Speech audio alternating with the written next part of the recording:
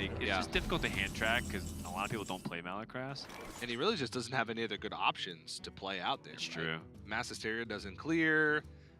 I mean, I guess he could go for Eternal Servitude onto a Malagos, but even then, it's like, why not just play the more expensive one and get it out of the way so you have Eternal Servitude for later on?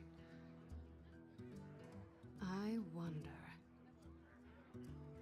This is one of the most awkward Cloning Gallery Priest games I've seen in a while. Just nothing coming together for RENMEN. The thing about the Cloning Gallery Priest, I always feel like, you know, the Priest ends up steamrolling me or getting rolled over. You know, I really feel like the matches are super duper close. Obviously, that's just anecdotal evidence. Like, I'm sure I've had close games, but it feels like this Priest often crushes or gets crushed. Yeah. I'm not sure if I'm alone in feeling that way, TJ. And that's kind of the point I was making earlier, why a lot of players brought Control Priest, because you always have something to do. You never get to those awkward hands. Well, you do sometimes, but not as often. He has to scream the Malacrass back. Swidz can get even more armor and more polymorphs. Oh, jeez. Ooh, RENMEN gets 2 more coins, and that could be disaster if he ends up burning a really valuable card if his hand fills up to full. And I wonder if Swidz is going to go for that. Let's say he burns, I don't know, what is his AoE? Oh yeah, burns Valen. That'd be the key. But I'm talking about like what AoE would he want to use here? Yeah, that's the big thing. And I guess once you get to the point where RENMEN's built up that big board, it's hard for any of your AoE to hit. So I don't know how valuable, say, a card like Flame Strike is. Yeah, Flame Strike is probably the first can to go because Dragon's Fury has way more damage potential. Flame Strike is best when you can sort of set it up with a Blizzard, and then Flame Strike can clean up afterwards. Yeah. But I just don't know if it's worth it. I guess he can evaluate with the pickup there from Stonehill, but doesn't find anything good. And we'll see what the burn is. Master. Okay, that's effectively useless. Not a big deal. RENMEN gonna try once more. Finally discovers the Spellstone, but he still is missing the Cloning Gallery to get everything into the pool. And right now, I think Spellstone, even a fully juiced up Spellstone, would just bring back a Sheep, a Malagos, and a Gilded Gargoyle. Well, it wouldn't. There's not a 4th different friendly minion that's died, I don't believe. Oh, okay. All right. You're right. It's not a very good Spellstone Resurrect either. So if he can get a Velen to die, which would be very difficult. It'd be a very consistent Spellstone and he'd win. Yeah, I don't even know how he'd get Velen to... How he'd be able to kill off his own Velen. He'd have to Velen... No, he can Velen, Vivid Nightmare the Velen, and then... Holy Smite. Holy Smite it. Yeah, yeah, I think that honestly might be a play if he... Whoa. Okay. I think he's just trying to charge his Spellstone up, and also he spent his cards, and he just has way too many cards. Yeah. Things like Surrender to Madness is just useless. And also, he's at low life. You know, Swidz did a really good job pressuring the life total just to make RENMEN a little scared. Spook him. Come dance to my song. Like it. Swidz picking up extra ways to gain armor just in case. So he's also not playing Lich King. Yeah. Huh. I wonder why.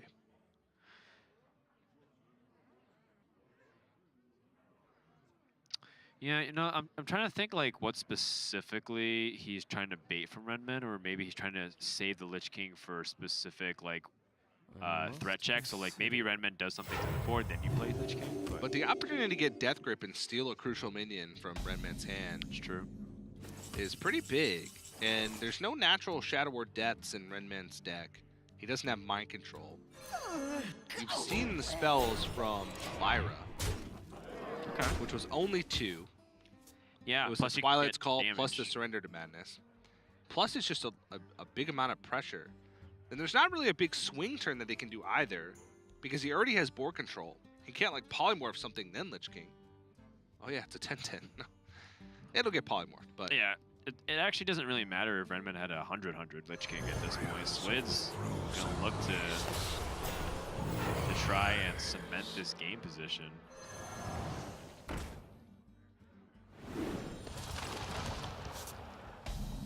Doom Pact, not what RENMEN's looking for, although he might need it if he ends up having to stabilize. The Swidz kill off this Radiant Elemental. I feel like letting Radiant Elemental live is always just such a big mistake. Yeah. It's so crucial to the deck. People are talking about Death Knights. They're talking about quests. They're even talking about the legendary weapons rotating out. The one thing that people don't talk about are the fundamental building blocks that really help the classes flourish with all different kinds of archetypes. Radiant Elemental is one of them. I think it's going to be one of the cards that Priest missed the most. Yeah. As well as, of course, Shadow Reaper and doing the saving screen. They do a lot of tools to play around with, though. There's a lot of cards that are weird that might fit into certain archetypes that just don't right now. The beauty of rotation day. It's the promised land known as Such 2019 rotation. Such an exciting time. Well, I feel like we've said the same thing for every rotation so far, and then... Well, yeah, I mean, I think it's going to be something really exciting to look forward to, but at the same time, you know, the meta that we have even right now, it's just, there's so many different kinds of decks that you can have for almost every archetype. Yeah. And I think the fact that Big Spell Mage even has this ability to fight back because of things like Hex Lord Malacrast is really interesting to me, because it's such an unconventional way to deal with a combo deck. RENMEN just has junk. All kind of defensive cards, and he cannot afford to burn his Prophet Valen if he plays Doom Pact. Plus, it's not even a big board. Swidz still holding on to the Lich King. He still doesn't want to play it. Maybe he wants to bait out another other Psychic Scream first?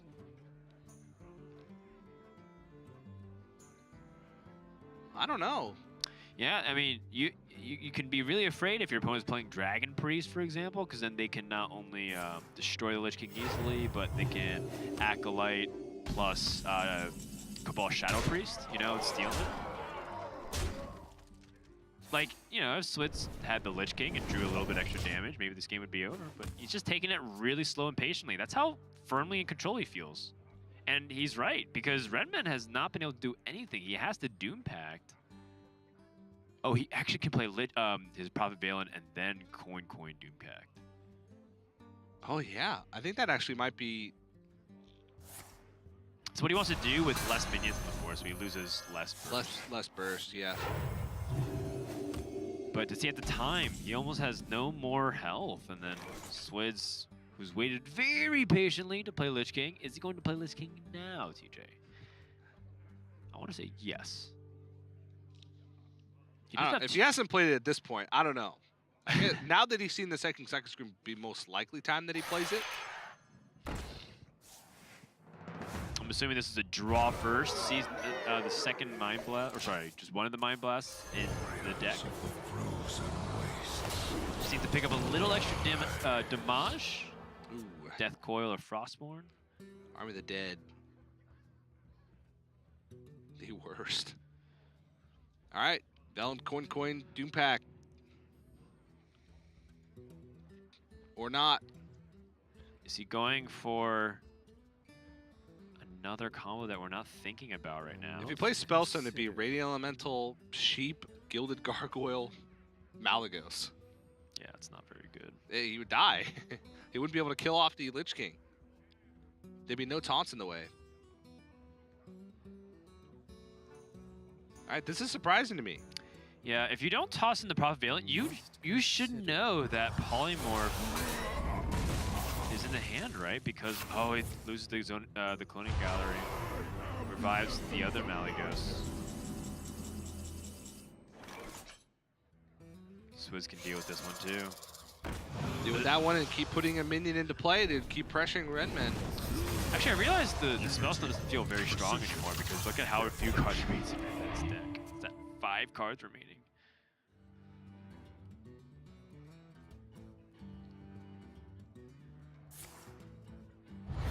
Can he go for big damage? Doesn't even get Malagos back!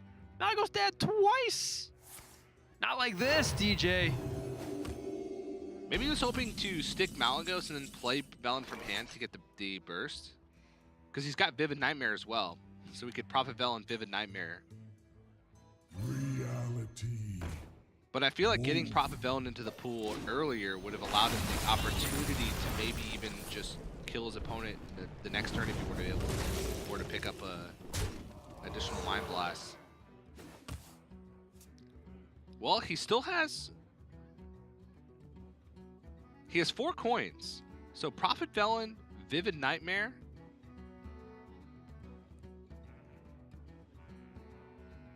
Coin, Mind Blast, coin, Mind Blast is still game. Okay.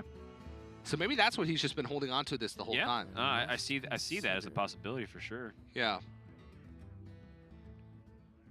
Because that's 40 damage. Because each of those Mind Blasts would be 20, because it doubles it, then doubles it again.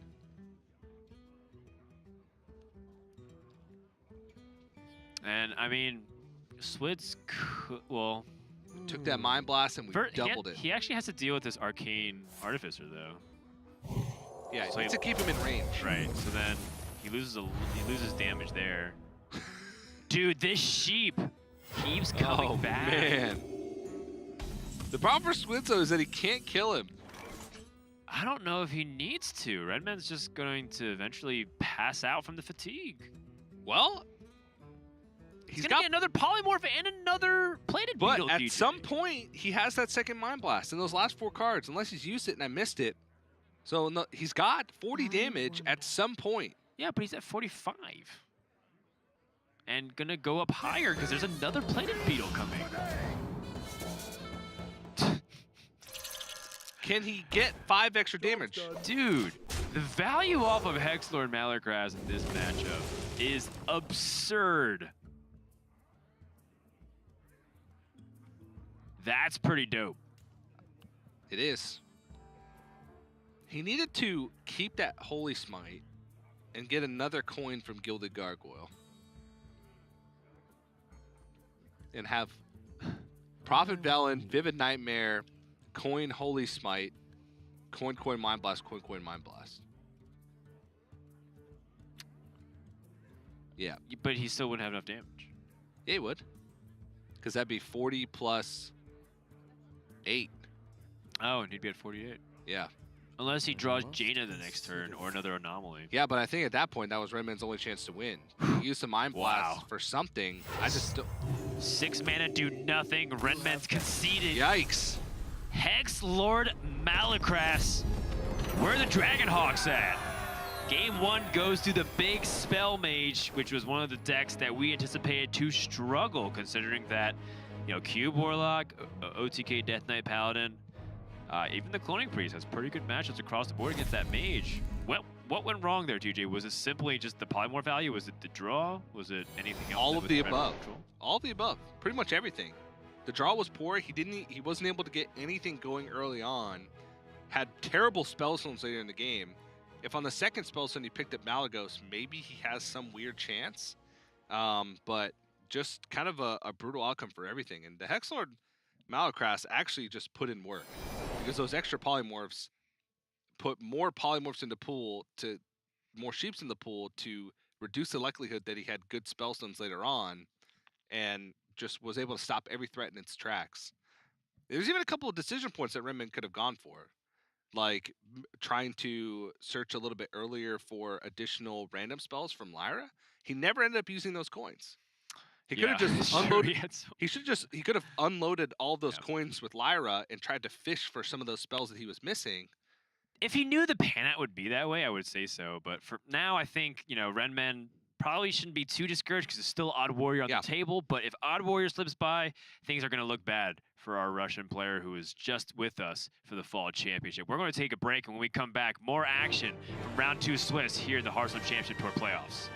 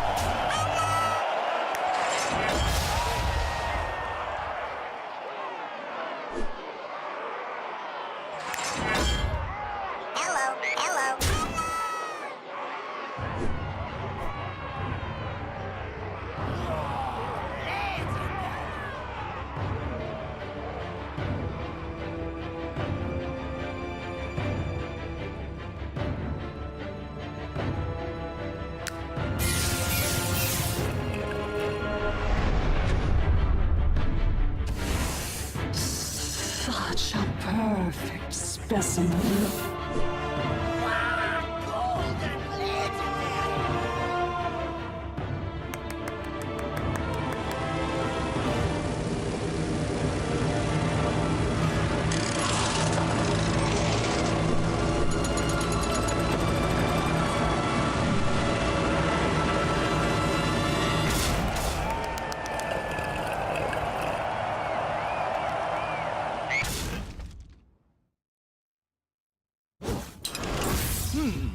With the developers. My battle cry upon coming into the room, it's hard to say what its effect would be in-game, but I'm sure it would probably ensue in some kind of 80s musical stinger. I think it'd just be like an exasperated sigh. Honestly, it'd probably be a laugh because I just laugh all the time in any situation and sometimes inappropriately. I'm very tired in the mornings and I always have meetings in the mornings, so I just kind of like sit down like... I'm pretty sure I would not have a battle cry, and I would have stealth, because that is what I do all day on accident, is accidentally startle people that I just wanted to talk to. Oh man, if I had my own battle cry, it would probably bring joy and a smile, put a smile on everyone's face. You just open the door and like dun dun dun dun dun dun dun, trumpets are thundering. It's like, who's? Oh, it's Josh again. Oh. If I were going to try and not startle people, then my battle cry would probably be, hey, can I talk to you real quick? I don't know if I'd have a voiceover. It'd be more of an aura where like you just enter the room and everyone just starts like laughing. If I had a battle cry whenever I walked into the room, it would be to transform the color of a random person in the room's hair. Just like that.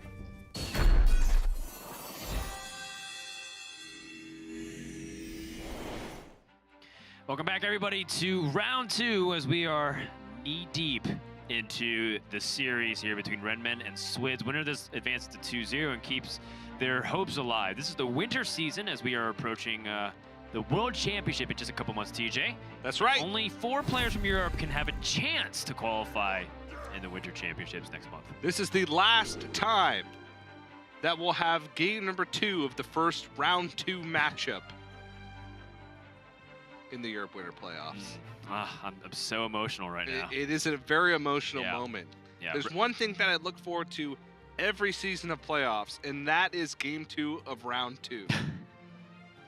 Just love it. There's nothing like it, Dan. What a rush. What a rush. Let's go. Speaking of rush, we have some rush minions coming in from Swidz. And, this kind of warrior is so interesting because it's not an odd warrior. It's got Dead Man's Hand, but it's also got, like, just some weird stuff like Geosculptor Yip, which is an 8-mana legendary that summons a minion based on how much armor you have with a maximum of 10. And that card, I feel like, is used when you want to, like, play fun decks or you're Brian Kibler. You just want to recruit people. Or, you want to recruit warrior your opponents down and then post on your website for the karma. This is a good old Swidz special right here, Dan. Is it? Yeah, He's been playing Dead Man's Hand Warrior since before Dead Man's Hand was even a card. Well, the thing is, it's only one Dead Man's Hand. He doesn't even have the ability to go infinite. Like, he can't... Usually the whole point of Dead Man's Hand, which shuffles the entire copy of your hand into your deck, you usually have 2 of them. Yeah, but you don't really need to go infinite. You just need a little bit of extra resources to win those fatigue battles.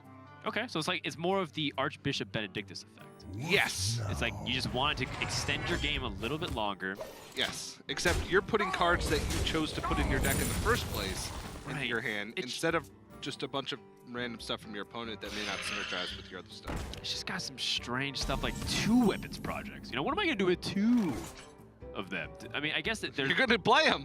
Well, yeah, but it's kind of like the whole point of weapons project is sort of like a ooze effect, but gives you a little bit more a different approach to it. You destroy your opponent's weapons, so if they're playing Cube Warlock, which RENMEN has, or Malagos Druid, which a few other people have, or Paladin. Or Paladin, or like, you shut down your opponent's Super Collider. Like, those are all useful things. It's a very unusual deck list, and that's why it's so exciting to watch a guy like Swidz. if you're into that warrior stuff. Which Yeah. I think after the previous If you're round, into that kind of thing. people might be cooling off a little bit on the warrior hype train, just because I think they got thoroughly satisfied, TJ. And now they're going to get thoroughly dissatisfied. I don't know. Well, maybe we're about to hit the climax. Ah, here we go. Geosculptor Yip. Geosculptor Yip is the ultimate climax of this deck. Dude, you can shuffle in 2 Omega Assemblies and Geosculptor Yip and Ziliax, as well as a couple of Rush minions. That is a high-value Dead Man's Hand. Yes, it is. Is it time? Not really. I think you want to kill that Malygos first. But, Swidz has the ability to play for a different win condition, which is survive the burst and then, drain RENMEN out of resources. If he ends up taking it into the late game, he doesn't have to pressure his opponent out of the game. Yeah. RENMEN faced with kind of an awkward hand again. He's not drawing his big stuff. He's drawing a lot of his support spells. Well. And he just has another pass turn. You can see him. He's kind of, What's the best 9-mana minion, TJ? King Crush. But you can't attack with it, so it's just an 8/8. It doesn't matter. That's hard for Priest to deal with. Sleepy Dragon's pretty good as well. I think in this situation, Sleepy Dragon might be the best. I was thinking about like Ysera or something else, but oh yeah, I mean, it's effectively the same thing. Ysera, you could shuffle dream cards back into your deck with Dead Man's Hand. Probably not that good. It helps you get some longevity. I don't know, dream cards aren't as good as Lich King cards. Oh, in wow. my personal opinion. I mean, that was basically a Flame Strike type effect on the board. And you can't do anything else. Oh, It just man. passes. Geosculptor Yip is not a battle cry. It is a permanent end of turn effect. So every turn that survives on the board, Swidz will get another opportunity to summon a big minion with the armor gain.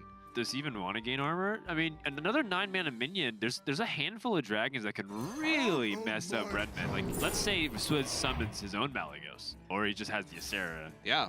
I mean, 10-mana minions are great, too. You can get Tarantus, you can get Deathwing. Those are still very powerful cards to just end the game. I wonder if there's any, like, 9-mana minions that could absolutely sabotage him. None come to mind immediately. There's definitely a handful of cards that don't. Ultrasaur, fantastic stats, and RENMEN just used things like, Mass Dispel without having the ability to Psychic Scream. He might have to Mass Dispel, Mass Hysteria again. Even then, Ultrasaur still will be on the board. Okay. Malygos can come back, but Swidz has that armor ready to go. And that's kind of the advantage of him keeping his armor count high so that he's ready for the Malygos. I think the big question I have about this deck is when to pull the trigger on Dead Man's Hand. Do you wait until super late in the game when you know that your draw density isn't as high, so you can guarantee that you're drawing the cards you shuffle sooner than you would be? Or do you play early and just get the highest value possible? All good questions. Oh, man. I don't know if Swidz is really thinking too hard about it right now. Just wants to remove and clear and develop as best he can. Honestly, just with the hand of like Ziliax, Militia Commander, and like 2 Omega Assemblies, it's good enough to shuffle. That's just so much like tempo through the form of Militia Commander, Ziliax trading, and then Omega Assembly for a lot of value in the late game. I must consider. So if RENMEN can get this Prophet Veil into die, what's his maximum damage, TJ? You're the guy with the abacus. So it's way too much damage for Sue. All right, so Spellstone will bring back Gilded Gargoyle, Malygos, and Velen. He's got 2 coins in hand with double Mind Blasts. So his Velen will die. Each of those Mind Blasts will deal 20 damage. Plus he has an extra coin for Holy Smite, so that'll deal 7 plus, so 14, so 54. Yeah, Swidz is dead. Is the Spellstone fully upgraded? Doesn't look like it. It doesn't matter because he's only had 3 minions. He'll only have had 3 minions die. 3 Okay. different minions die. Okay. He can also throw in the Radiant Elemental, which means he has 6 mana Spellstone, 2 mana Vivid Nightmare, so he can even Vivid Nightmare his Velen. Oh, and yeah. still be able to double Mind Blast Holy Smite, which would mean it's 40 plus 40, so that's 80 damage plus 28. So 108 damage. Yeah, that's a lot. It's a lot of damage. Yeah, this deck is so good at that. And Swidz, you can get a little bit extra armor by trading. It doesn't matter. But it doesn't matter, I think. If your map checks out, which I'm sure it does. I think my math checks out, Dan. Okay. So you're saying RENMEN should have lethal in this spot? He would be able to kill Swidz twice. Yeah, looks good to me. Those extra coins coming in really clutch here. Yeah, the coins do help. Actually, yeah. The coins make it like basically perfect. Yeah, and I think RENMEN. What? Ooh? It doesn't matter. I wonder. Okay. I just want more max damage.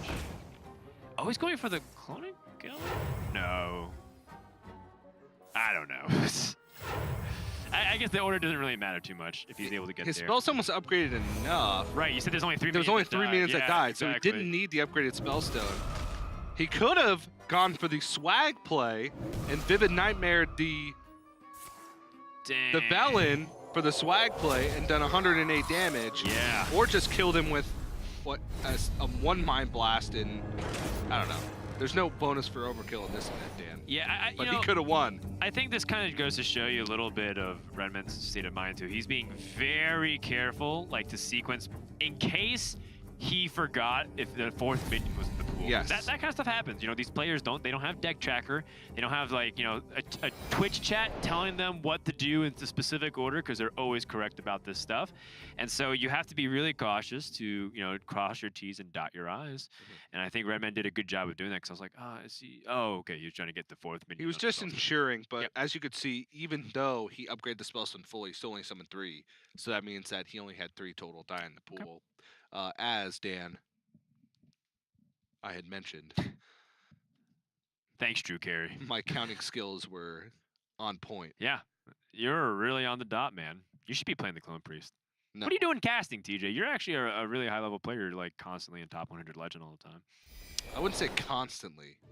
Okay, you're occasionally. You're always in top 10 Legend. Oh, it went from you're constantly in top 100 Legend to you're always in top 10 Legend. I'm basically just perpetually rank 1 Legend. Yeah. I never fall below rank 1. That's right. You have access to the lever that you can pull anytime you want. We don't speak about these. It's a shame that you only use it whenever you're watching Kripparrian stream. All right, well, RENMEN's going to turn to his OTK Death Knight Paladin. At least that's how it's classified. Oh, sorry. It's a mid-range control cube thing. I don't know how to classify this Paladin. Sorry, I was looking at the wrong lineup. You are correct. It's also got the Immortal Prelate. Yes. Which shuffles back in your deck when it dies, and it keeps all of its enchantments. Yeah, when I see Shivala, I see Uther, I see, like, you know, qualities. Okay, I think it's the Death Knight Paladin. It's actually the Egg Cube Paladin. But, you know, with Immortal Prelate, you would think, does it play the Undertaker? Nope. It does not. Immortal Prelate's basically just there to give the deck game in fatigue matchups. Fatigue matchups that don't have access to silence or polymorph effects. So, it can be good. Putting 1 copy of your deck doesn't really give you too much of a downside because it gets pulled with Call to Arms. You can put buffs on it early and, you know, hope that you draw it, but it's really just there to give you some game against fatigue matchups. That's what I assume is why it's in the deck. That makes sense to me. It does mean, though, that if you're not buffing it, you have the chance to draw it early if you pull it early. So it clogs up your average draw if you're not buffing it.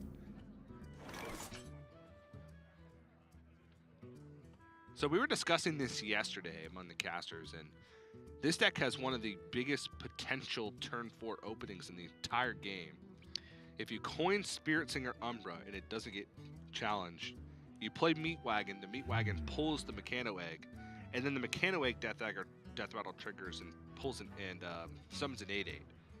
So you have a Meat Wagon, a Mechano Egg, an 8/8, and a Spirit Singer Umbra on board on turn 4. It's a pretty strong potential turn. Yeah, it's kind of like Master Oakheart status or Barnes Yasharaj, just like you're so far ahead with stats on board, and it's really hard to deal with. Even if you clear, there's more stuff coming. If you clear, then it summons another Mechano Egg and another 8/8. So it's like, it's a very difficult board to deal with. I think that's why I like what Swidz is thinking here, which is just summoning or just trying to get as much board presence as possible. That being said, the egg comes out here and it's a cube on cube action. Woo! Wow. Sticky. All right. Slimy. Carnivorous. So a play dead comes into Swidz's hand here. What can we do now? So what's the priority for Swidz? Is it build the board and then respond to whatever your opponent does? Or is it to answer the board first? In fact, you could split the difference here, just like Hunter's Mark and then like activate the cube one time.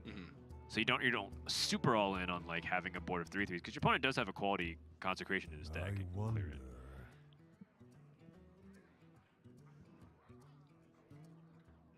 If a Carnivorous Cubes eats Sherazin, is it dormant? I don't think it No. I'm going much dumber than that. Oh. Is it a vegetarian cube? No, because you're a carnivore and you eat vegetables. You ruined my joke. No. What? So there is a word for someone who only eats meat. Oh. Is there? I promise you I passed 7th grade science class, but I really don't know what that is. I'm sorry. I'm failing you super hard. Ask me again in Americas when we're on a normal time schedule. No, because wouldn't we be omnivores? I'm not a carnivore. I'm an omnivore. Okay. Me too. I'm trying to work with you here, man. Part of being a good co-caster with TJ is to hop on the ride. Don't try to fight him. Just buckle up. Strap in. And I have no idea what's happening. I'm pretty sure I'm right, though. And I'm pretty sure you're wrong. I don't doubt that.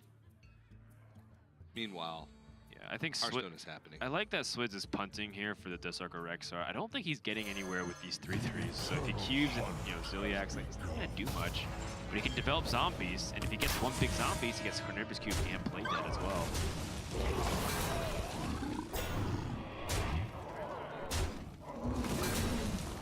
And those eggs are really intimidating, but they need to do something. There's 0/5s, and they're great targets for some magnetism. Oh, there you go. Well, that works. Yeah, Spiker Sheet, Ziliax. Does he want a Consecration twice, though? There's 15 power on the board. Yeah, I think Consecration twice. Consecration has limited use once you get into the realm of the Disarco Rexar, because a lot of times you can equality in single clear, because they're usually like released at a time. And now we can deal with one threat with Spiker Sheet next turn. Yeah. Or you can Immortal Prelate Spiker Sheet, but then he wouldn't get the activations from the egg, so probably wouldn't be the best. Is that a Cave Hydra? Stealth Poison. Oh, man. Yeah, that makes more sense. I thought he was going to go for the Rush, but Rush has 0 use case in this scenario, and also he doesn't need the lifesteal because... Yeah, he's at full health. He's at basically full health, so... This is quite possibly the best combination for Swidz, because this minion being stealth means that RENMEN can't easily clear if he had the damage to do so. So he gets the Carnivorous Cube action, but he also gets a really powerful attack before he even gets the cube on it. Yeah.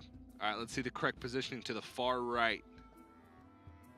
Yes, you actually want that 4/6 to pop the egg, I believe. So it's good to keep your Mechano Egg right there. Do you want the Loot Hoarder to also draw your card? You can place it on the far left, so that way if it attacks, it dies too. You can always trade it in next turn. True. It doesn't play around Ironbeak Owl, but I think if Ironbeak Owl comes out, it's coming down on the 2/11 instead of the Loot Hoarder. So far right, I believe, is correct positioning. It does make it awkward. Oh, hold on. Swidz draws the Katharina Winter Wisp, but he also has an amazing mind control tech play too, because the Mechano Egg is going to summon a Stegodon and an 8/8 2 8/8s, excuse me. Yeah. And then he could Carnivorous Q and play dead, but then he'd be worried about dying on the backswing. This is actually a fairly elaborate turn based off what the possibilities are, because if you steal Loot Hoarder, the 1 and 4, you actually just pretty much lose. So maybe Loot Hoarder on the left is correct to play around Mind Control tech. Yeah, the 1 of. I don't know if you're playing around a 1 of. Most Even likely then, not. Loot Hoarder may not be backbreaking, or sorry, Mind Control tech may not be backbreaking. And then there's the option 3, which is go for a Build the Beast option to see if it improves your situation. If you get Ironbeak Owl, or if you get another Poisonous Rush minion or something of the sort to help. Well, he's not under any pressure, so it doesn't. Attacking just puts more power on the board, so I like this play better. He's seen both Consecrations. He knows that RENMEN would have to have Wild Pyromancer plus a quality to be able to reach these minions. And even then, he wouldn't be able to kill off the cube in that scenario, so there'd still be 2 4/6s. Well, there's 2 out of 17 chances to draw it right here, right now with his Loot Hoarder trade. He could Loot Hoarder, True Silver, Pyro quality. Oh, man. He'd also get 2 8/8s and the 2/6. This is scary, too, for RENMEN, because he could also just die. Yeah. He's not sure about what's actually happening because, you know, Swidz could have an easy way to get past this and then just win with, like, King Crush. I wonder.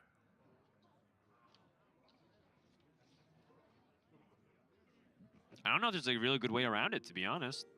It might be like choose silver, attack your opponent's face, so that way you go up to 17. So they do have King Crush in the hand. They only can do 16. Yeah, there's no weapon removal in Swidz's deck. He's opted for Defender of Argus and 1 copy of Mind Control Tech over playing Gluttonous Ooze. Oh my goodness. What? Okay. Oh, okay. The arrow took me did. out, It man. pointed at the cube. I swear it did. Out. Okay. So the Mind Control Tech can just steal the 211, and then you just clear the board, or you can just pressure from that point on. Yeah. Options are really flexible in this spot. Oh, yikes. That is not what you want to see. Actually, what does the Nesting Rock have for the remaining 2 mana? I was wondering if it had like any kind of way to deal damage, because then maybe Swidz was looking for actual straight up lethal attempt. It's just vanilla. Oh, 7 mana, 6/11? Yeah. Quackalisk. Wait. RENMEN positioning the Immortal Prelate here, by the way, protected his egg. Yeah, 610 means that it's the River Crocolisk. By protecting his egg with the Immortal Prelate, he actually somewhat sabotaged himself, unless he picked up a quality and had just galaxy-level brain IQ. And it was just like, oh, I knew that this would happen. I'd have to top deck it. The victory. That is it. Swidz takes game number 2 with Hunter, or game number 3 rather, with Hunter, and moves up 2-1 over RENMEN. And this has kind of been back and forth so far. But the big question on everyone's mind is, can this weird warrior Swidz get past RENMEN's, quite frankly, anti-warrior lineup? Yeah, I would say so. And it's, you can tell in that matchup specifically, Death Metal Hunter kind of just does what that Paladin does, but slightly better and faster, right? The Playdeads plus the Terrascale Stalkers gives them more consistent Death Rattle activations, even though it's not as powerful as an 8/8.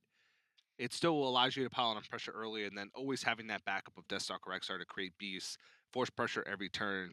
And he didn't even have to play Katharina there in order to secure a victory. So that just goes to show you just how powerful that deck is. It's not like RENMEN had a bad start. He didn't have the ideal start for what that deck's trying to do, but he still was able to get a cube on a Mechano Egg on 5 and have that pressure of the 8/8 and still wasn't able to get it done. Yeah, well, that's going to lead us into game number 4. Swidz only has to win 1 more game, and then he is through to the next round, still undefeated. But we'll find out what happens. Can RENMEN bring it back when we return to the HCT Winter Playoffs? Well played!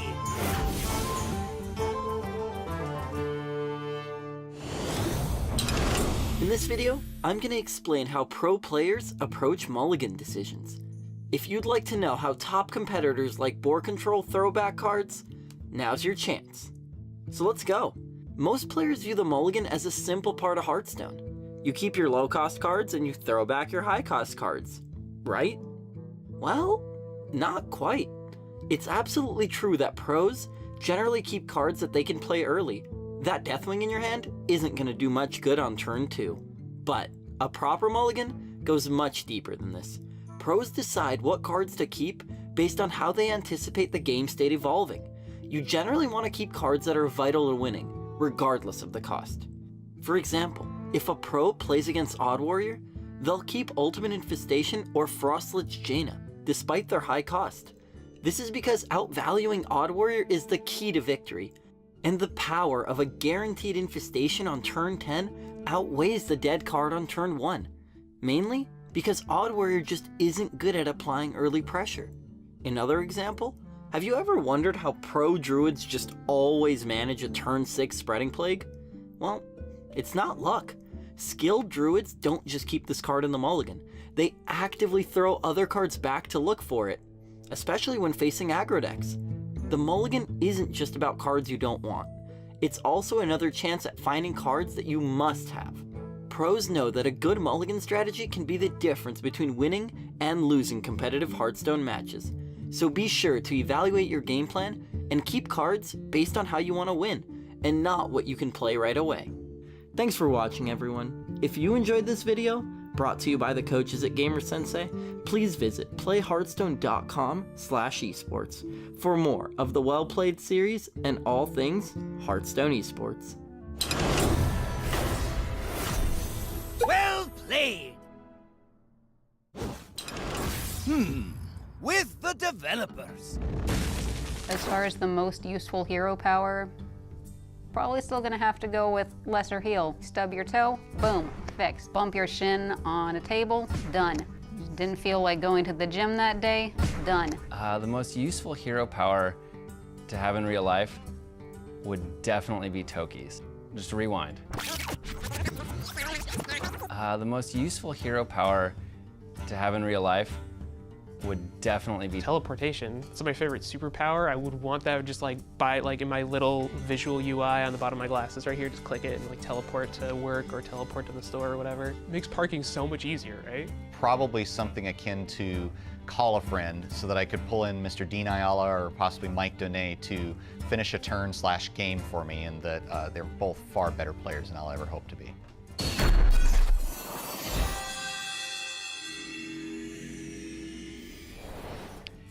Swidz is up 2-1, looking to continue his Year of the Raven Hearthstone Championship Tour campaign with another impressive finish. He is currently ranked number 7 through the season, representing Team Genji, and was a vital component to putting them as a #1 team for the season. They beat out Tempo Storm, who was finally dethroned as the #1 team. Yeah, at least for just one season. Just one season, but sometimes one season is all it takes. Yeah, it was Swidz, Monsanto, and Seiko, I believe, and that is quite the trio in terms of the points. Yeah, Seiko was the #1 point earner in Season 3 for Europe. Not overall throughout the year, but he was able to beat out Hunrace for the total points in the final earning season for HCT. All right, here's the Warrior deck. Yeah, that the very strange and borderline questionable Warrior deck. You know, let's just call a spade a spade. This deck looks like jank, and I am not convinced until I see Swidz win with it more. But then again, he had to win a series to get here, and in Conquest, you have to win with each deck. So that means this Warrior deck was either banned or it won. Yeah, to be fair, I wouldn't be surprised if he played against one of the standard-ish lineups that would be banned. Right, like even Paladin, Rogue type of lineups. But he also has that Control Mage, so maybe, Control Mage isn't really drawing bans ever, I don't think. I think the Control Warrior would, more so because of its wealth of removal. Yeah, maybe if you played like every possible even deck in the game, you'd ban. Yeah. The big spell mage. Even then, you still have like the Paladin against it, which is awesome. But this matchup, I don't know how it'll go, because I don't think RENMEN can apply enough pressure to just kill Swidz. But RENMEN almost can't lose in Fatigue because of the Immortal Prelate. Swidz does not have a silence effect or a polymorph effect in his warrior deck. Yep, that's a good point. Can't really see anything else. I'm trying to.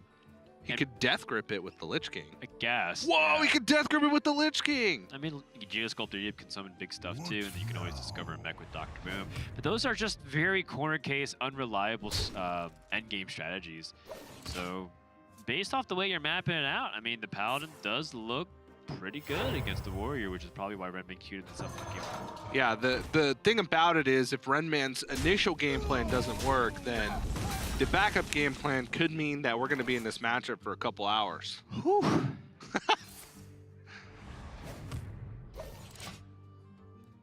Buckle up. I didn't bring enough pillows, man. If that's the case. It might be a very long night, but... You didn't bring any pillows. I didn't bring any pillows. I gave you all my extra clothes, apparently. These suspenders are mine, though. It's quite difficult to find industrial strength suspenders. That's right, cargo strength level. This is Yeah. what they use to transport, I believe, missiles, ICBM missiles. No, this is what I use to strap down my storage containers on the top of my car. I just took it off and was like, "This'll do." True. I might need to borrow those for our next ski trip. There's a lot to suspend, Dan. What now? Swidz thinking about what he wants to drop here. He picked up that Ordinary Direhorn, which is just like decent stats on the board, but doesn't look very appealing. Ends up going for a Warpath to semi-clear the board. I guess that's okay. It's not amazing. And more importantly, if RENMEN just attaches a Spike or Steed or cubes this, you know, what is he going to do after that? Take a lot of damage. Maybe start getting the value train with Dr. Boom. Well, he does have the Shield Slam available to him right now.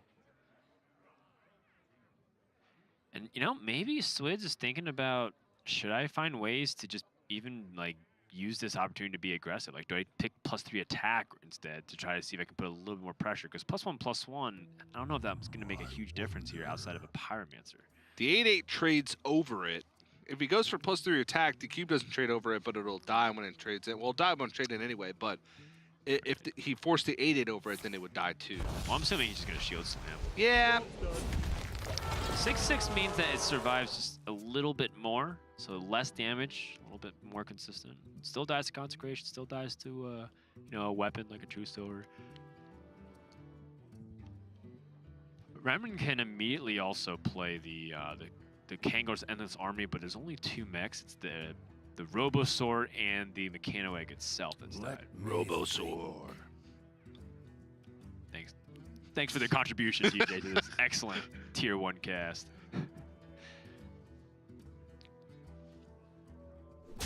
Okay, so no Spike Steed trade. I was kind of anticipating a little bit more proactivity there. Does Swidz have a silence? It does not. No. Huh, okay. So valuing... Okay, so this values RENMEN digging deeper into his deck and clearing off his opponent's minions. I don't know. I felt like Spike Steed accomplished similar things while keeping a little bit more board presence.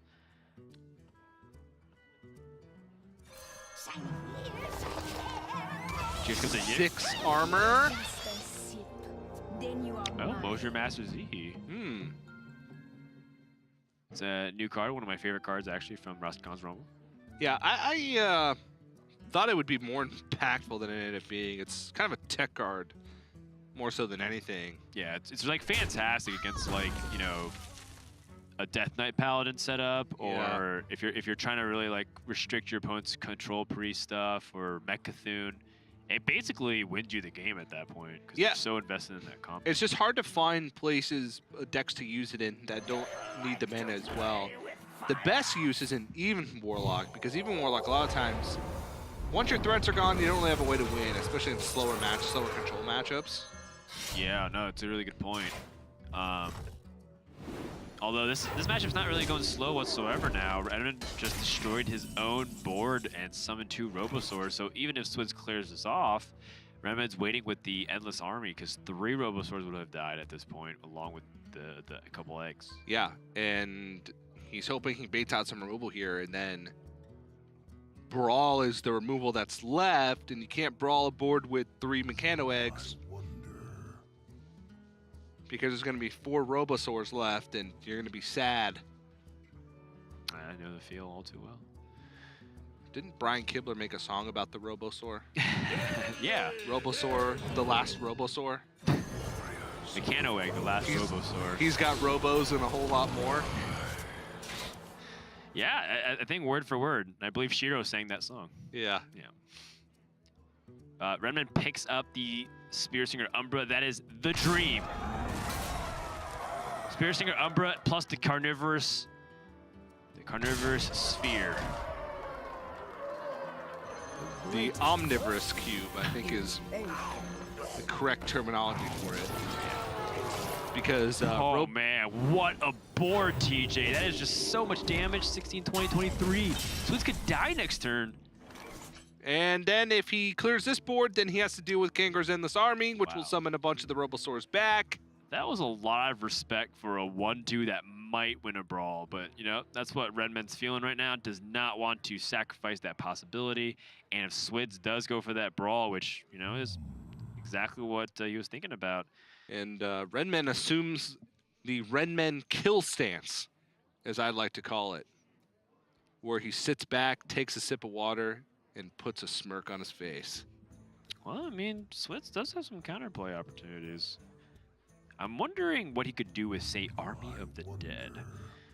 And unfortunately, I think he's drawn some of his best minions already, like Ziliax and, you know, Lich King itself and Jace Sculptor. Yeah. Oh my. Swidz went for a Dr. Boom, hoping for something different than Delivery Drone, I imagine. Maybe a Mega Assembly can help him find some very fast mechs. Okay. Unpowered Mauler can attack this turn.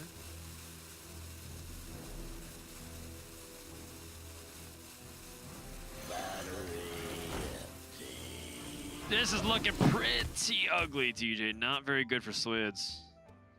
Not at all. Oh my goodness. Wait, there's no more eggs. There's no more eggs. Wait, is there a loot holder though? Oh no, it doesn't matter. I was thinking about other death routes you can activate. There's a prelate. Well, I was thinking like, oh, you can just like Spiker Steed the meat wagon and pull out like another death route minion, but it doesn't work that way. It summons. It pulls based off what the immediate attack is on the wheat wagon. If only it reevaluated every time you played a card. Yeah. So you could just keep buffing it, and every time you buffed it, like say with Sound the Bells, it would summon a minion. Yeah, so Spear the Frog. Yeah. Oh, there wasn't a Mechano egg. Oh, it's because he kept cubing it. He cubed it. The Good lord, TJ, that's a lot of stats. And that was not the last Robosaur whatsoever. I mean, I said he's got Robos and a whole lot more.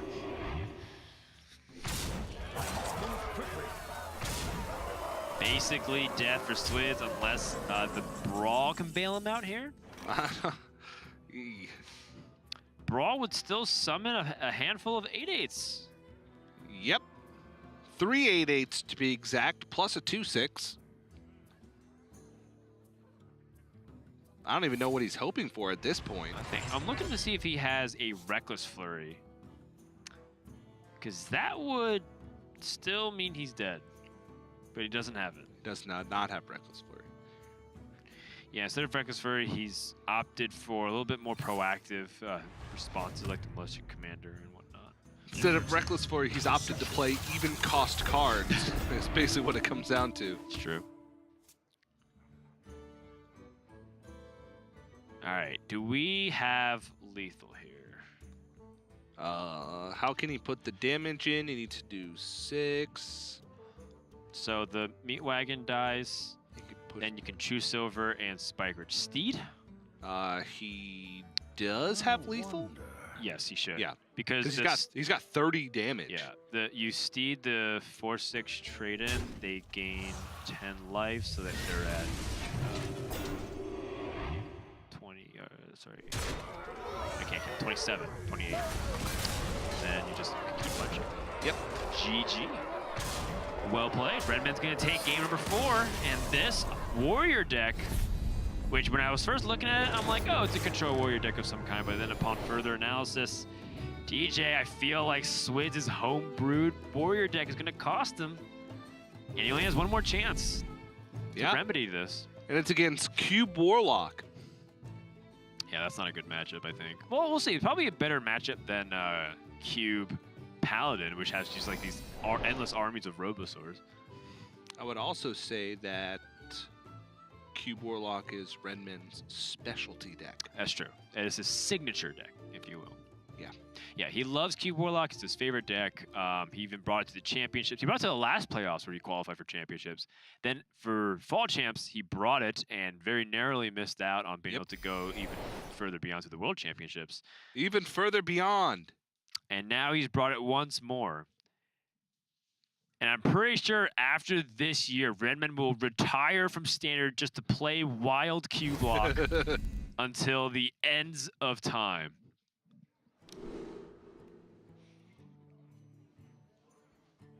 It's a fun deck. Cube Warlock love Cube Warlock, and I'm pretty sure I've told you this story, and probably many people who are watching right now this story, but...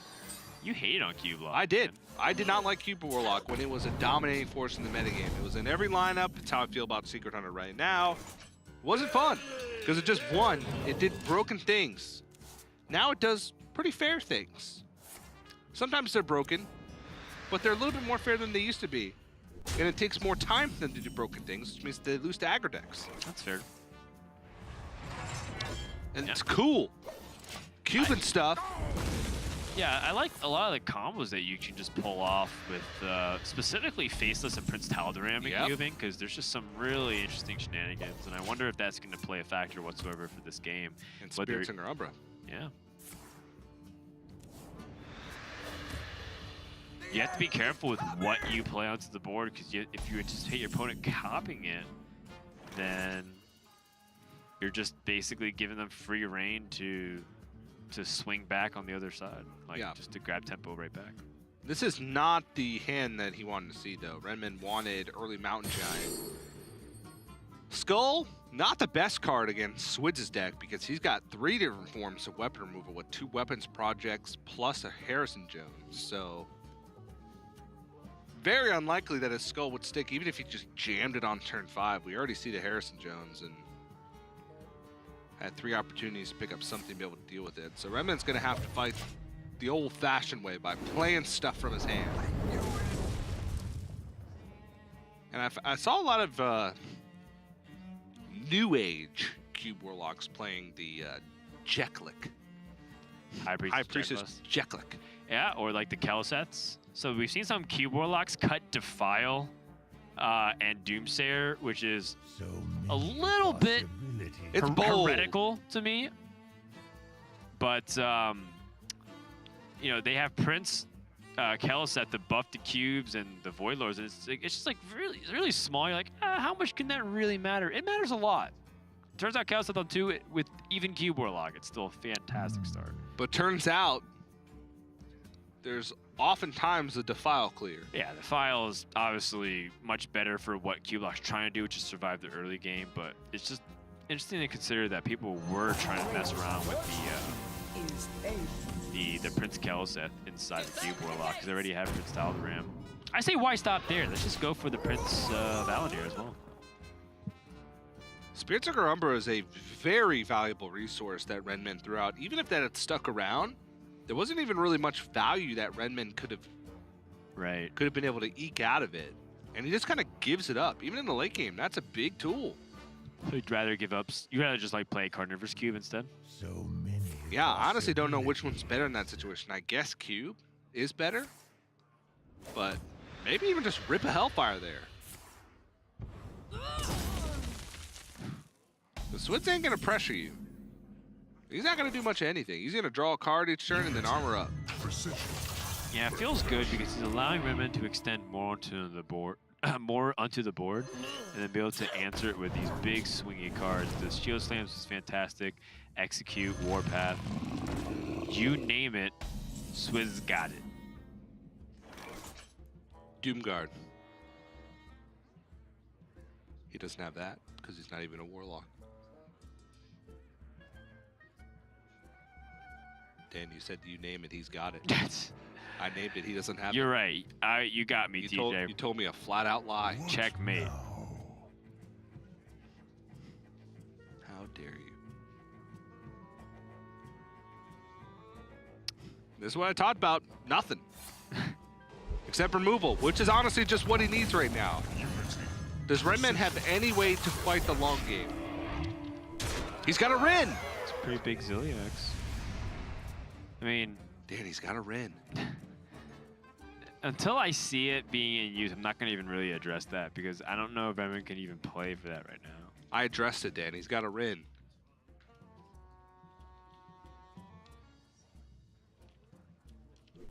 Rin the last Kaleidosaur. She's got seals and a whole lot more. Actually, that's all she has. Do you like that, Note? I think it makes sense, right? Just make sure that you set up your best defenses as possible. Yeah. In fact, you can even just get past it with a very simple combination of cards, but it is a little bit wasteful. I don't think Rin even matters for Swidz. I think he just holds on to Dead Man's Hand until Rin comes out, and then once it blows up his deck, he just shuffles back in. Still wins in fatigue because RENMEN draws so many more cards than him. Armor made to fit. So I think you're right. I don't even think Rin's going to matter in this one. And RENMEN just not able to apply pressure at all. Mountain Giant stopped in his tracks. Woodlord not even the greatest tool because it doesn't pressure, which is what RENMEN needs to do. Eventually just needs to kill him. Yeah, Swidz is given all the time that he wants to set up a good board. And then, you know, of course, RENMEN's been trying to do the same thing, but very unsuccessful, relatively speaking. And, you know, Swidz having things like Ward Weapon Tech while RENMEN can't do anything about it is also just tends to be a very swingy state of the game. Like if you spend your entire 5 mana setting up a skull and your opponent just destroys it with like a weapon or a ruse. I mean, this is a cool combo too, very neat. Forcing your opponent to have 3 charges of their weapon through a weapons project and then immediately Harrison Jones. Does have to dump a card though, unless he wants to burn something. I guess he could dump Shield Slam. Shield Slam is still just so good though. Yeah, most of the time I like to save my Shield Slams for 9 mana minions. Oh wait.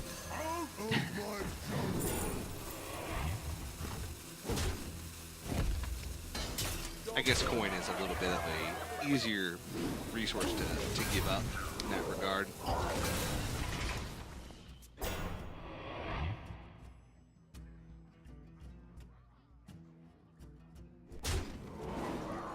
Is this the file opportunity? Nope, just gonna play straight up Void Lord number 2. The big boy daddy. Darkness rises.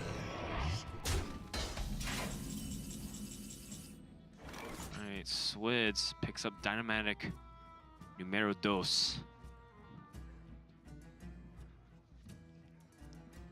I like the. I'm very talented. I'm a multi-language caster, TJ. I like the infusion of culture into the cast. Which is neither of them speak Spanish. They speak French and Russian.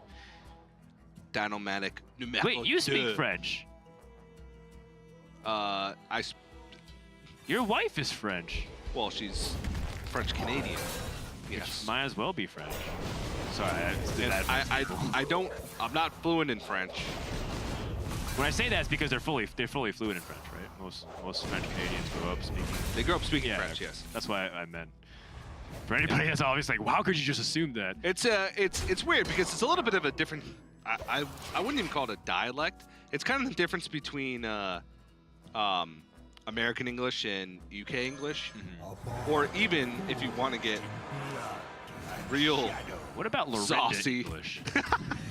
or American English versus Deep South American English. Ooh, so Admirable English. When Admiral gets really angry and he starts going and he has Arrowhead water, oh, the South comes out of him like crazy. RENMEN gets the Blade for Gul'dan down, and it turns out Warlock was the one who paid for that wall. Swidz, what are you gonna do? You got Brawl, you got Dynamatics and some Rush minions. You can piece together some removal, but it doesn't look like you're gonna be able to pressure anytime soon. And part of what Swidz' build, it seems more like a mid-range build, right? Like to have Geosculptor, Yip, Lich King, so you can like curve out after you play all these Rush minions in the mid game.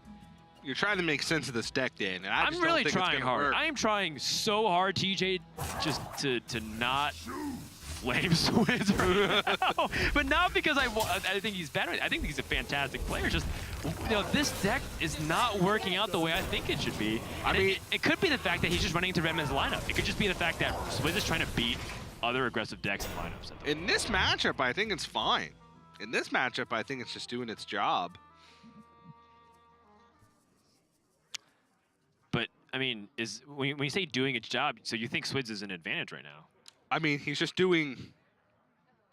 Okay, so he's removing everything on the board. Here's the alternative game plan. The fatigue count is actually fairly even.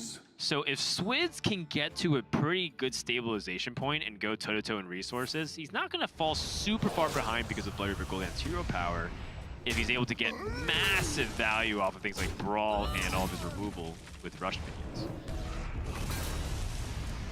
This is RENMEN's very desperate attempt to use cards and free up hand space while putting on the good old odd paladin pressure of just non-stop one-attack minions. Warpath number 2. Numero dos.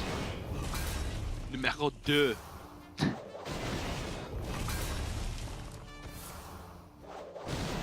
How do you say that in You're going to get a very passionate worded letter from the French, the Blizzard France office.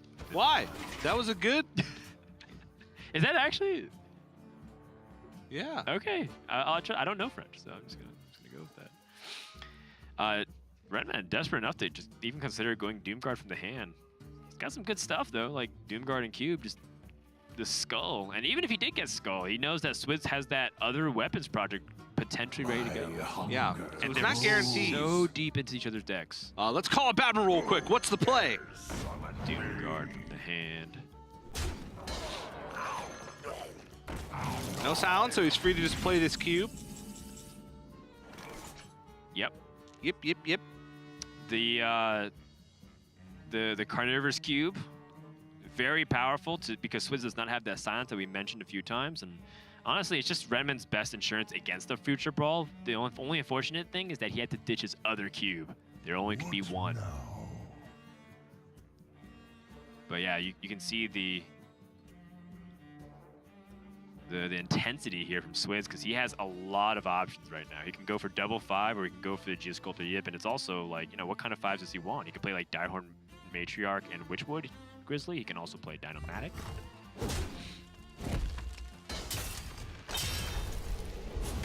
He's gonna break open the cube to deny Prince Tal'Daram Dark Pack or Faceless Synergy. I could break this cube.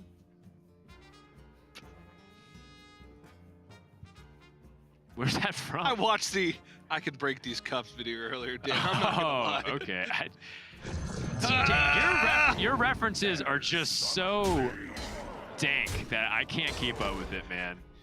You young guns are just way beyond me now. You can't break that cube. I still can don't break know this what cube. your reference is. Oh, the other weapons project, so yeah. Trying to Swidz going for the Brawl. Obviously would love Yip to survive, but he just wants to kill those Doom Guards. And kill them he did! Wow. And survive! And he gets an 8 drop from Geosculptor Yip, which is some of the highest value minions in the game come out that 8 slot. Yip, Lich hooray! Give me that Lich King. What's this one do? Oh, it's another Kobold. It's a fancy Kobold. That's not good. What could it pull from the deck? Brawl? It could pull Brawl number 2.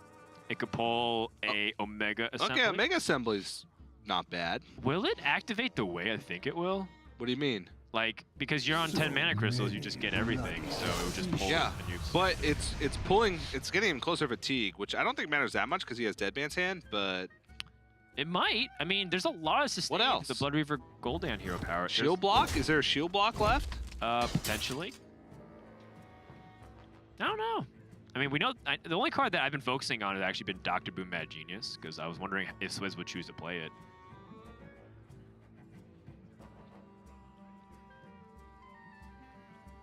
I must feed now. Right, well, RENMEN just plays a pretty weak board, and he does not have a very good answer to just piling on the stats. Swidz trying to weigh his opportunities, thinking, do I go big? Because now I drew the Lich King, and if I can find a really powerful Lich King card like Anti-Magic Shell, this game is locked. But if he does have a Brawl left in his oh deck, yes, and then the Archivist pulls it. Is there ever a world where he just lets this Doomsayer go off? No, but the upside of the Yip is really high too. So you can just kill it. Don't do anything. Just don't do anything, kill it. See how smart this Grand Archivist really is? Did he truly get his degree, or is he a fraud? He's a fraud, TJ! Uh-oh. And if the Archivist survives, that just... Okay, Yip. Can't kill the Yip. Yip Yip Hooray once again. Well, turns out that Yip wins brawls every time, apparently. And now he's copying the Yip! He's copying the Rin. Okay, it looked like he was copying the Yip. He doesn't even care about the... He wants to be able to destroy the deck twice, so Dead Man's Hand. Oh, that's pretty funny, but that's not going to work. Because it just takes so much time and mana to do that. You have to... If he shuffles 8 cards left in his deck, you destroy 4 of those cards because it takes you 4 turns, right? I don't know, man. I don't even think the Hokage himself could cast that many seals in time. See, now that reference went over my head. We're now even. And there we go, balanced as all things should be. Except my references come from the stupidest of YouTube videos. What now? You got me there. I concede that point. So now that Swidz sees 2 Rins, like how is he gonna ever like? He's in a Dead Man's Hand now? Yeah. So what's the point of the Dead Man's Hand now? I guess it's because so he can draw as many cards before the deck destruction happens. But isn't there like some kind of interesting ability for you to wait for them to destroy the deck and then Dead Man's Hand? And force them to destroy it again, or wait until you get just Direhorn hatchlings? Well, I'm assuming no. What's his game plan? I guess it's because he's shuffling a really good amount of... He's shuffling some really high-quality cards like the Lich King in the hand. But he's not going to have time to draw them.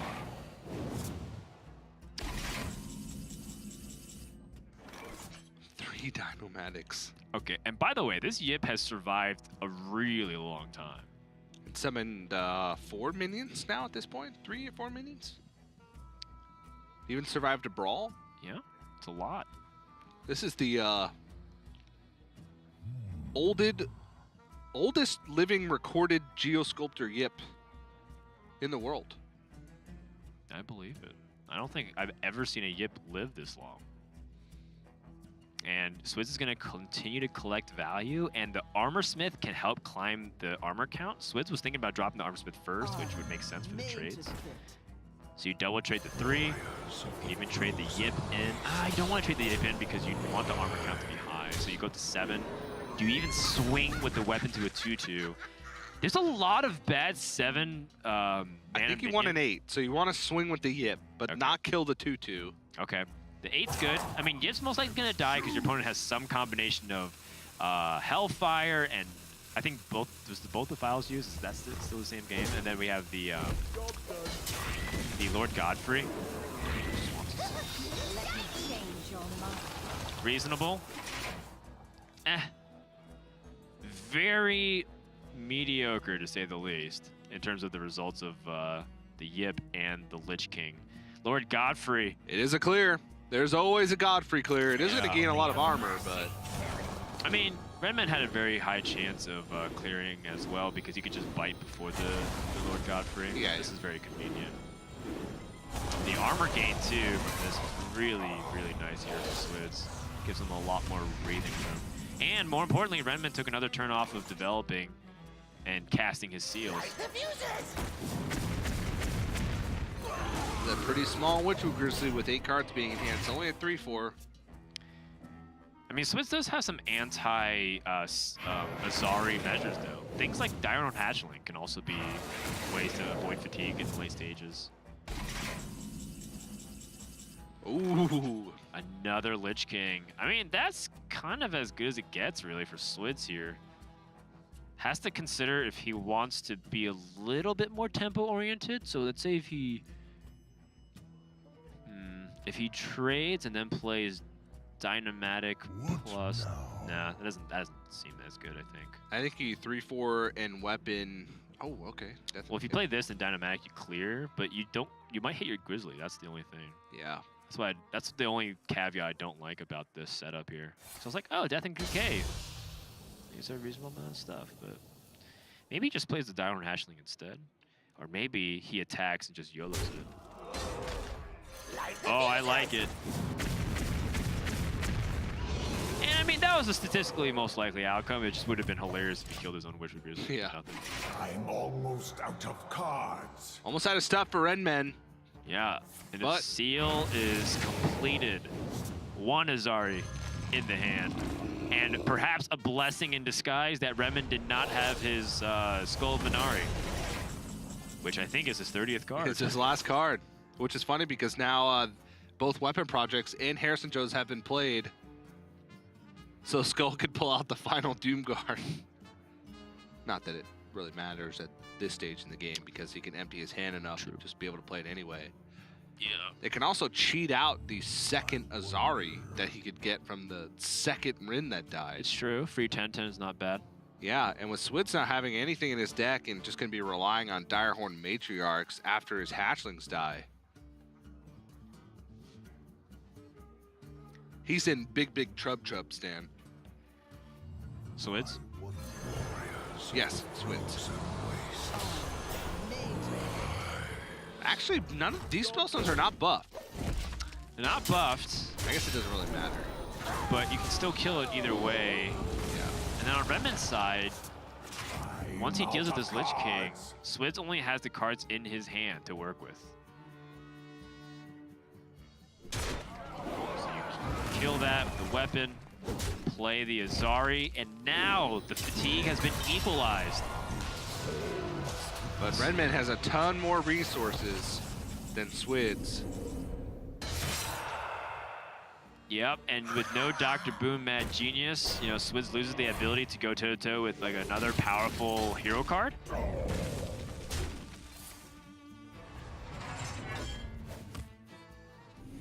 I think because RENMEN should also be able to corner down the fact that Weapons Project was most likely not shuffled in with 2 copies being used, the Skull is also free to go.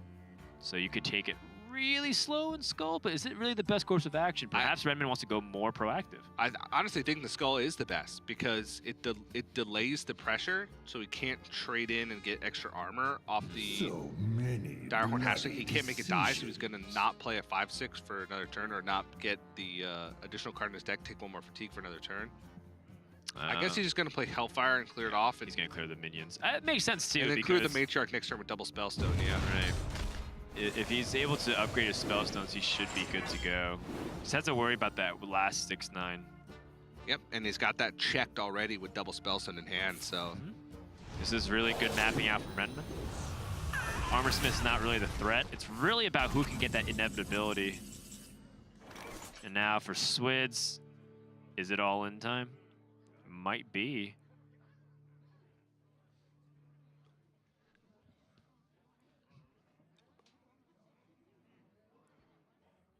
I think he can math this one out that he's very dead. Yeah, so RENMEN takes 2 fatigue, and with Blood River Gul'dan's hero power and the 2 spellstones, giving RENMEN up to 13 heal next turn. There's just no chance that Swidz can outvalue him in the fatigue game. He's just gonna pass, hope that. Oh, sorry, looked like he was gonna pass, but he just essentially plays Matriarch and sees if RENMEN has the goods, which he does.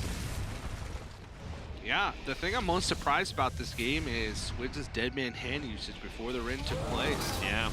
I felt like if you know your deck's going to be destroyed, you would want to place it afterwards and force your opponent to deal with the fatigue stage in this portion of the game, because then Swidz would be drawing a couple of his cards. Yeah, like, he'd be drawing a couple extra, he'd delay fatigue, he'd force RENMEN to go for the second seal to destroy the dead man's hand cards. Right.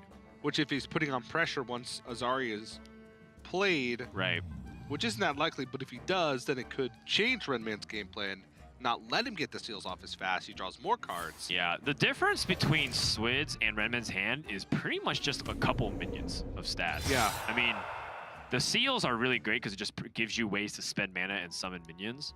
But the difference maker is the hero power and the fact that RENMEN has a few more cards. So if Swidz had even more cards to go off of to potentially shuffle afterwards, who knows? And RENMEN's so comfortable he can just literally cruise at just playing one seal and hero powering. Swidz is dead. And that is going to be a 3-2 victory for RENMEN, who is putting a nice little run together to potentially challenge another championship run. Yeah, doing it with his own style as well, bringing a lineup that not many players brought. I would say the only other player that brought a similar lineup to him was, I can't remember, but I believe it's one of his practice partners. They brought him as the exact same lineup with one deck different. Can't remember, but also had the same Paladin deck that he did, which is kind of the most unique portion of that lineup. Yeah. Is that Death Rattle, Cube, Mechano Egg, Kangor's Endless Army Paladin. Who knows what to call it? I think we labeled it mid-range Paladin. Yeah, that's going to do it. RENMEN gets the final hit. And we are going to check in on the rest of round 2 as RENMEN advances 2-0. Very nicely done. And of course, the big takeaway is exactly what you said. A unique lineup. We usually see Paladins play even, which is a little bit more mid-range. Odd, which is fairly aggressive. A combo/control Uther of the Ebon Blade deck. And then now you have kind of a very powerful, explosive, maybe not necessarily mid-range deck, but a little bit, you know, slow. And I don't even know exactly what to call it just yet. Death Rattle Paladin, Cube Paladin, Egg Paladin. So we have aggro, mid-range, combo, and OTK. Yeah. The circle of life. Yeah, and Paladin is very quickly putting up a resume to the caliber of Hunters, TJ. It is, yeah. It's one of the most represented classes as well. Yeah. So I'm actually not surprised to see Paladin having so many archetypes and doing so well.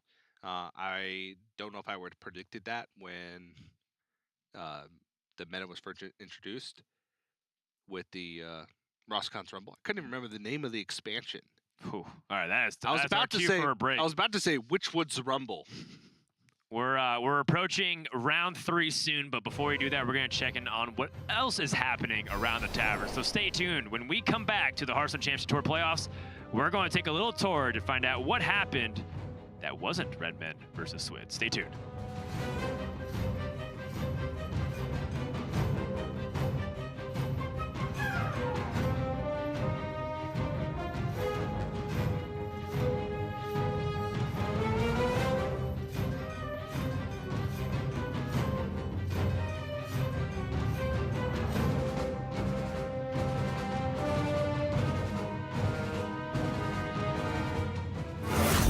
Well played!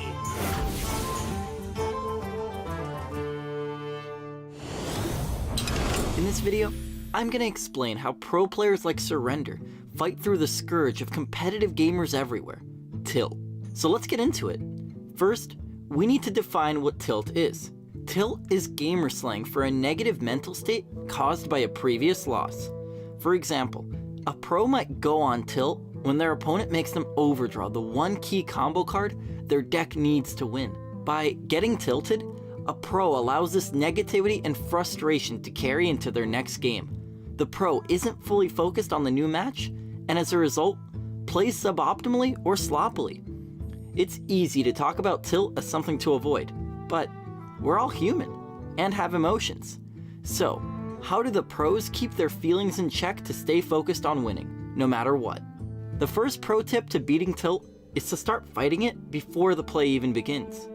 Most pros remind themselves before matches, or even tournaments, that unfortunate events can and will happen. But this doesn't diminish the skill required to play high-level Hearthstone. Instead, it provides yet another opportunity to outplay opponents. By recognizing that everyone can get tilted, but you can deal with it better than others, you transform this negative emotion into an opportunity for a competitive edge. The second pro tip to fighting tilt is to stay focused on the big picture. A single Hearthstone game is not a Hearthstone match. Most tournaments are best of 3 or more, and many formats, like Swidz and double elimination, allow you to lose entire matches and still make the